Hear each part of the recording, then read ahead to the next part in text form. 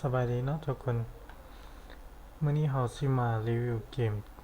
ตัวนี้เนาะรีวิวการติดตั้งเกมโดมเนาะ2016เนาะซึ่งเกมนี้เราก็ทางร้านเราก็ได้มาเป็นเดือนปลายแล้วเนาะเราอยู่เดือน11เนาะเดี๋ยวนี้เป็นเดือน12ปี2016แล้วเนาะเราจะมารู้จักกับเกมนี้กันเลยเนาะเกมตัวนี้หน้าปกจะเป็นแบบนี้เนาะหน้าปกของมันเนาะเป็นเขียนแต่โดมลาเนาะแต่ที่จริงมันเป็นโดมภาค4เนาะเสียว่าไป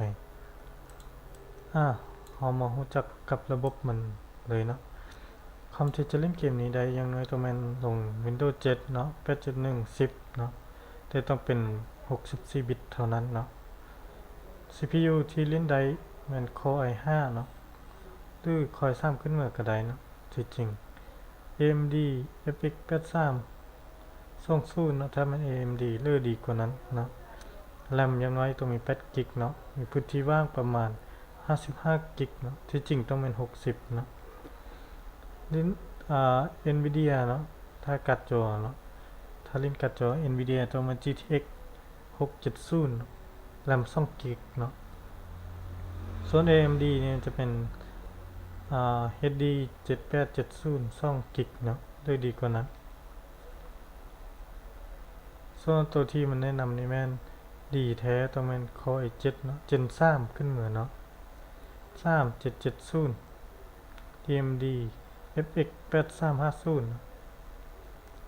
แรม8 กิกมีพื้นที่ว่างใครคือกันเนาะส่วน GTX นี่จะเป็น970เนาะดีหลังจากเรารู้จักเกี่ยวกับเบื้องต้นของเกมนี้แล้วเราก็จะมาเบิ่งเนาะว่าตัวหน้าปกเก่ามันเป็นอย่างไรหน้าปกเก่าจะเป็นแบบนี้โดม3ตัวนี้เพื่อว่าเป็นการใช้เวลาไปติดตั้งเลยเนาะตัวนี้ทางห้านเฮาแมนมีอยู่65 กิกคร่าวๆมีแคคแดที่จะติดตั้งเนาะ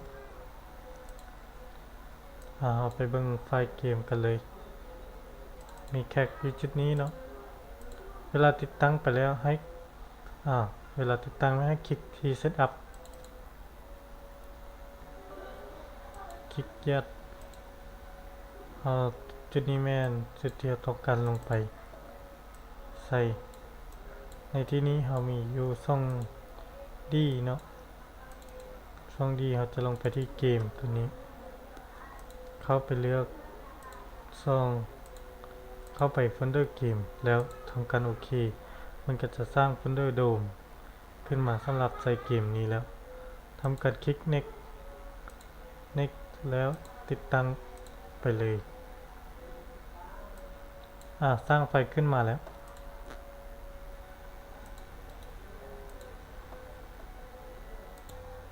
ระหว่างเราท่าการติดตั้งเกมอยู่เราจะมาเบิ่งคลิปเนาะการเล่นของเกมนี้เนาะว่าเป็นแนวได้ว่ามันแนวได้แท้เนาะเริ่มกันเลย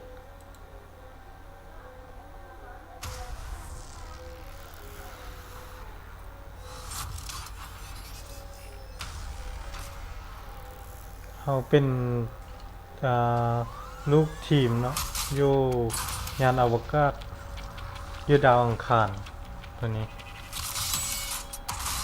แต่ตื่นมาแล้วโบเห็นไพ่เลยเห็นแต่พิซซ่าสุดเชี่ยวใส่มันสุดในตำนานผู้ป้าพิซซ่าเนาะสุดในตำนานผู้ป้าพิซซ่าสุดนี้สามารถอัปเกรดได้นะเวลาเราสู้กับพิซซ่าเราก็จะไปเก็บเครื่องข้องมาอัปเกรด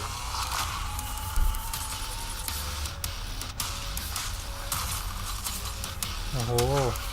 เลยแวบเดือดเลยเว้นแกไพ่เลยเนี่ยแต่พิซซ่าไล่เนี่ย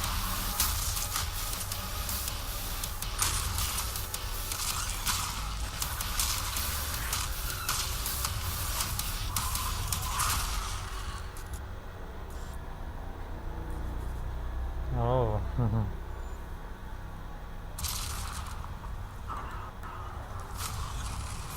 โอ้ตัวใหญ่อีก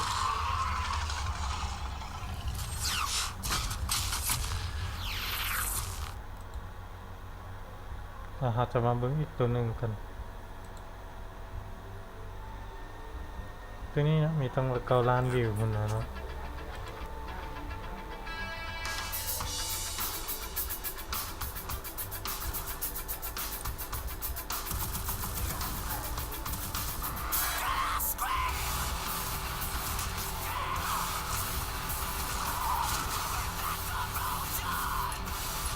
เราสามารถ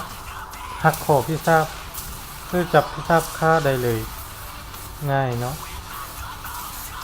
เกมนี้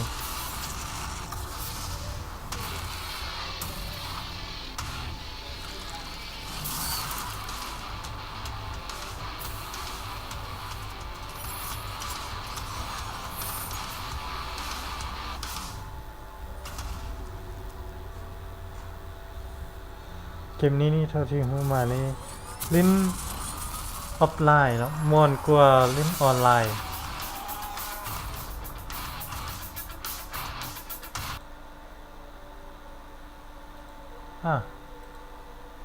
ก็ได้สนใจก็ติดต่อมาได้เนาะที่หน้าเฟซฮาร์ดเกมบีซีลงพะบางอันนี้เลยเนาะในเฟซนี่เขาก็โพสต์หลายอย่างเนาะเกี่ยวกับตัวเกมบ่หรือว่าเกมที่ได้มาใหม่เนาะทุกอย่างโปรแกรมเลยเนาะนั้นที่ทางงานเราได้มาจะพูดตรงนี้หรือว่าอยากชมคลิปทางงานเฮาก็เข้า YouTube ก็ได้เนาะเพียงพิมพ์ฮาร์ดเกม BC ลงพะบางเท่านั้นสามารถเข้าไปรับชมได้แล้วถ้าว่า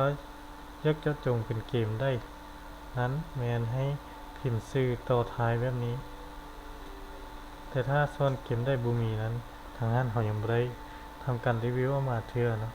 ไว้ข่าวหน้าเนาะรอถ้าจนติดตั้งเกมสำเร็จ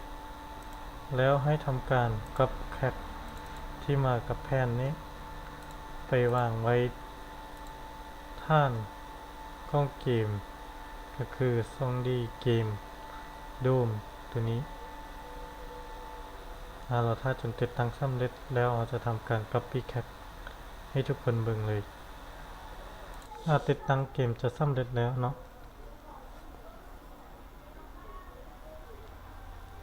โอเคเกมติดตั้งสำเร็จแล้ว